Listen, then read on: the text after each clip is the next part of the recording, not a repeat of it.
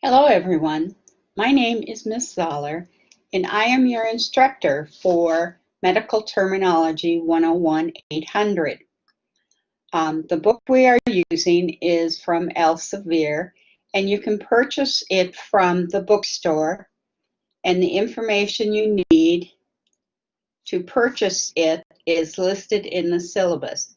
And I strongly suggest that you order your book right away so that you can have it for the first day of class. Medical terminology is like learning another language. There are different ways of saying terms, so pronunciation is a very important issue. I will set up groups so that students can practice with each other at least 3 times a week. And I do recommend that students do work at least 3 times a week on their pronunciation, on analyzing their terms, learning their prefixes, word roots, common vowels, common forms, and suffixes. You will also need to be able to practice your spelling and the memorization, and by working in the groups, you will have that chance to do it. The first 3 chapters of the workbook are very important. Chapter 1 is the Introduction to Medical Language. That includes Greek and Latin word parts, eponyms, which are derived from names of persons or places, acronyms, those are formed from the first letter of a phrase, acronyms formed from the first, I said that already. Eponyms are derived from the name of a person or place.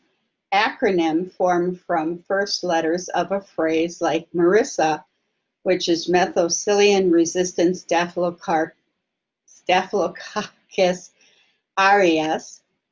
And we have modern language, which are terms derived from English language. Chapter 2 is body structure, color, and oncology.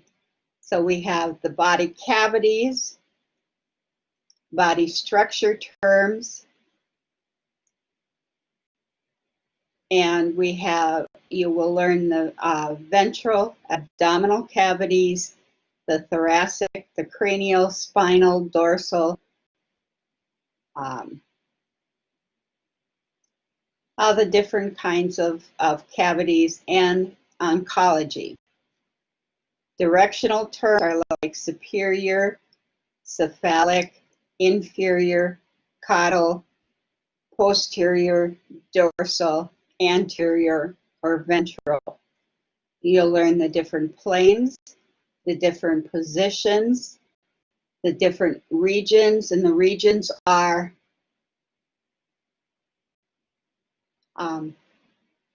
9 parts.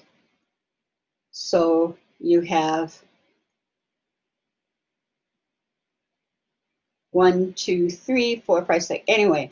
And then you'll have your quadrants, which are 4 different parts.